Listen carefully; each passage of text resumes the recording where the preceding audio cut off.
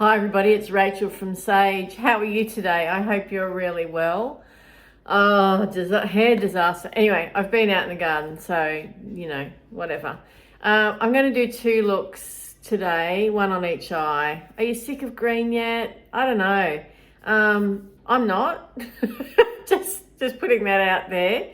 But today I'm going to use the Moira Time to Shine palette, which was gifted to me by one of you, my lovely subscribers, and such a beautiful palette, and thank you so much.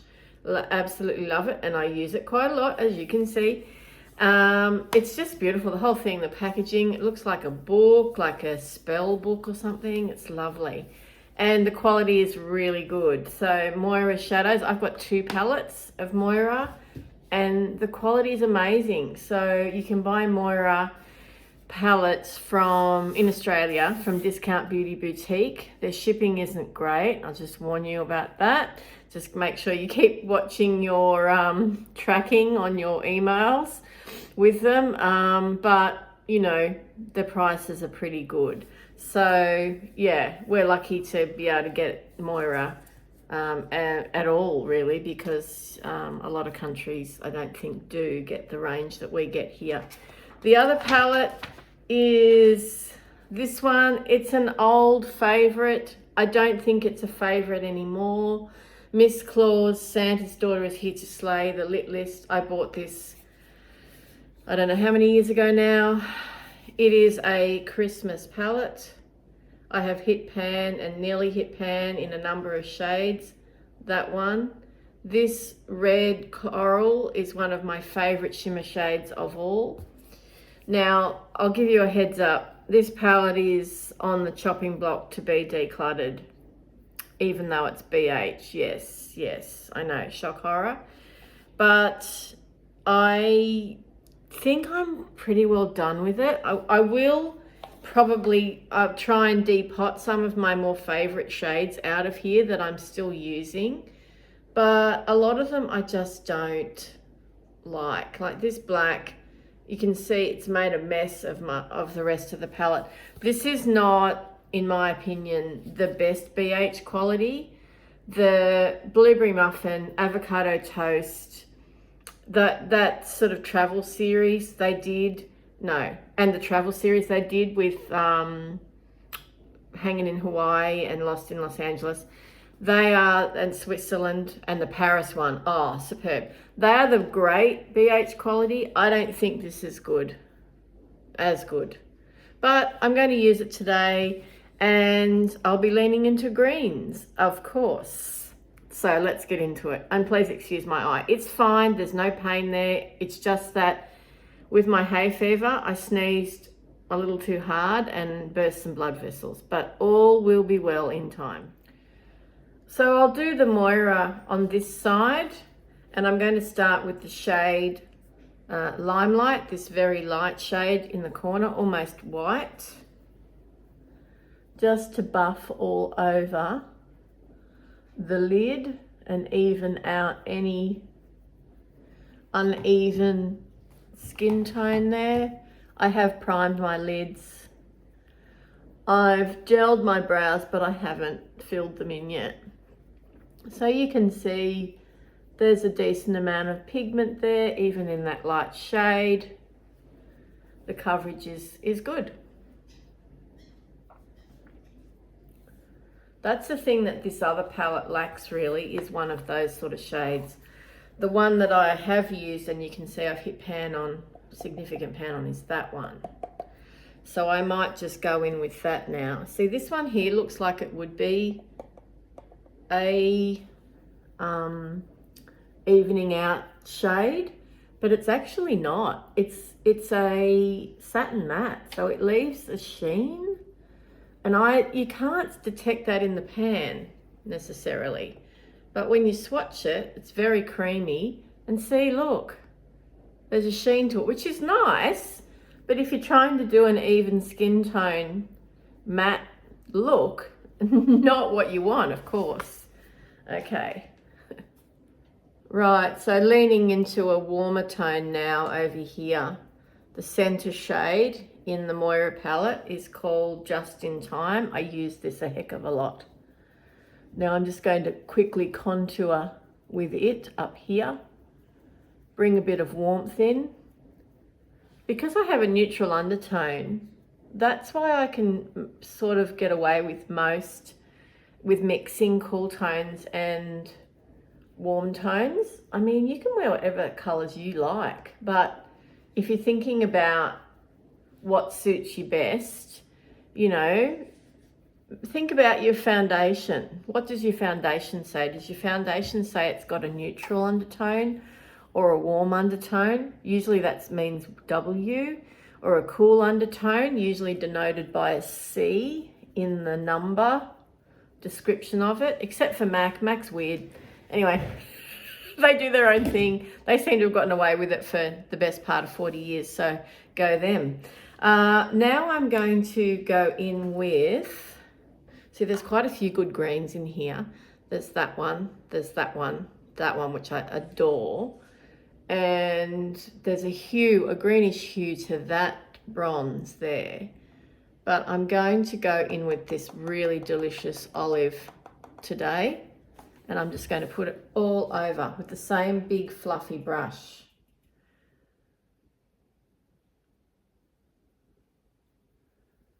Now I am using a big fluffy brush, as I said. So the colour will be dispersed. If I'd used a smaller detailed brush, it would look more punchy. There's quite a lot of, there's a bit of black or grey in there, isn't there? These mattes in here seem extremely creamy to me, which is quite a sophisticated formula. So I've got a small detail brush and I'm going to really lean into that beautiful murky khaki called Carefree. I really wish brands would stop putting shimmery labeling on their shades. It's so hard to read. Looks pretty and all, but we're not buying the palette for the, you know, coloured printing in the end. And if they reckon that, you know, most of the people buying eyeshadows are late millennials or Gen Xers like me, then they need to remember that a lot of us are wearing glasses or contacts because we're a bit older. That would be a really nice thing for them to do. So sort of doing a bit of a cut crease here. I don't even have to blend too much, I don't think. Oh, that's such a lovely shade. That undertone is yum. Right, so I'm going to go flip the brush over and I'm going to go in with this Divine shade here, which is called Flash. I could read that one. And I will spray the brush. And I'm going to tap this all over the lid. Whoops, nearly lost it. Nearly lost it.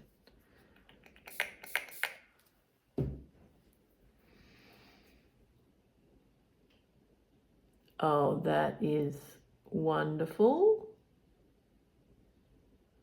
So just following the line of my mobile lid there to about 2/3 of the way out.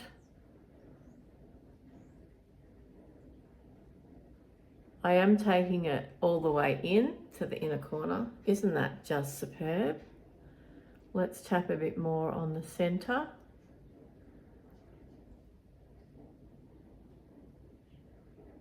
That's the thing with this palette. There's so many ways you can go with blending because it's really versatile color story, extremely wearable. And I do really enjoy it.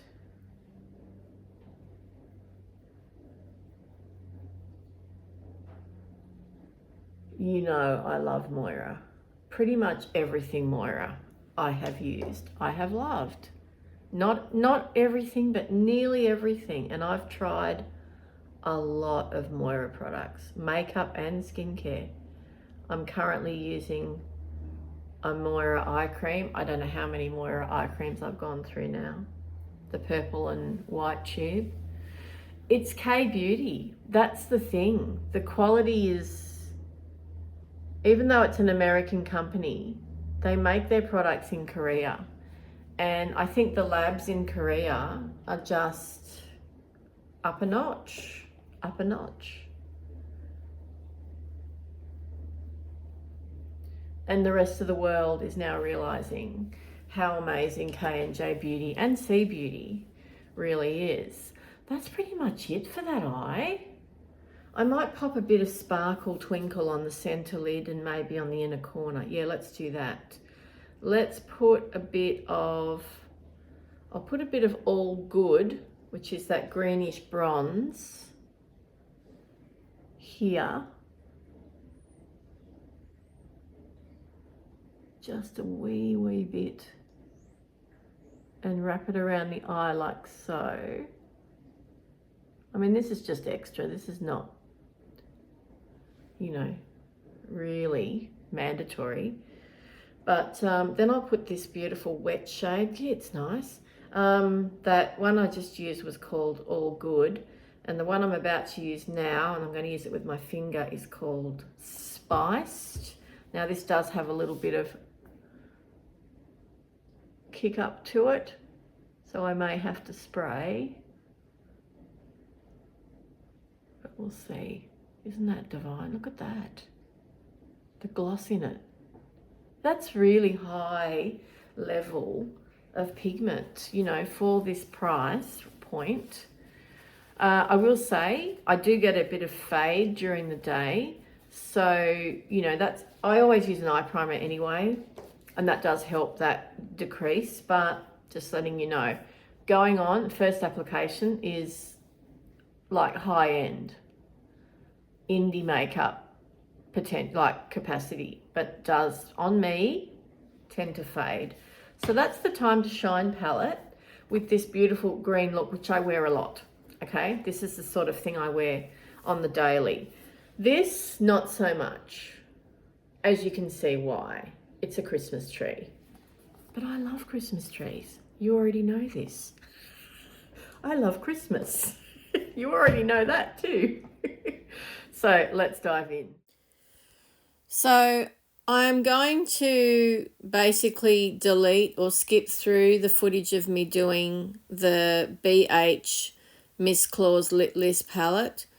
You can slow it down if you want to, but I really was not happy reviewing the footage with, first of all, my work on this eye look, and also the palette just really is now so disappointing to me that I just don't feel that it's good enough. And I'm going to continue to have the photos that I've taken of both looks, but I'm not going to continue to show you the slowed down footage of the tutorial on this because it just disappointed me so much. So I'm really sorry about that. But reviewing the footage, I just can't use it properly. Right, so on this eye, which really calls for a lash, but I'm not doing that, I use my Mud Superfine Waterproof Liquid Liner to create the wing, and I also took it down under the lower lash line. I put another coat of mascara on as well. On the lower waterline, I popped a bit of, hang on a sec, let's get the glasses on, because here we have another thing with light writing on light packaging. LA Girl Shockwave Metallic Eyeliner in Lullaby, sort of a champagne. Very nice. LA Girl eyeliners are great. The eyeliner over here is the Revlon, where is it? The Revlon Color Stay eyeliner in the Jade, which is most definitely a favourite, and I know a favourite of some of you as well. My brow pencil is the Benefit Precisely My Brow in 3.5. I had more fallout. I had to put more of the shade Mistletoe on, and this is making me really think, because look at the state of the palette, right? This is making me think I really need to declutter this. I need to clean it up, get the shades out that I want to keep, and then let it go. But watch out for the decluttering video, which will be coming. I'll try and do by the end of November, but I normally do them in December. But I'll try and do it by the end of November, I think, because next month is redonkulous for me already. I'm sure you know what I mean. Okay, so on the lips, I've just put some Fenty The Heat, one of my favourite glosses ever, in that shade, which is called Hot Cherry. God, I love it. And I'm going to put green over the top of it. Controversial but true. So let's pick, will we go with that greenish gold? We might do that one.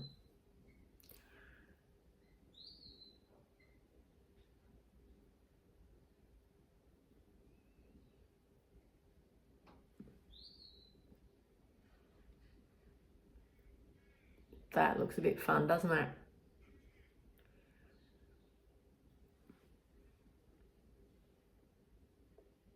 Yep, I like that. So then I might put a pop of this one here, one of my favourite shades in the palette, the Twirl shade.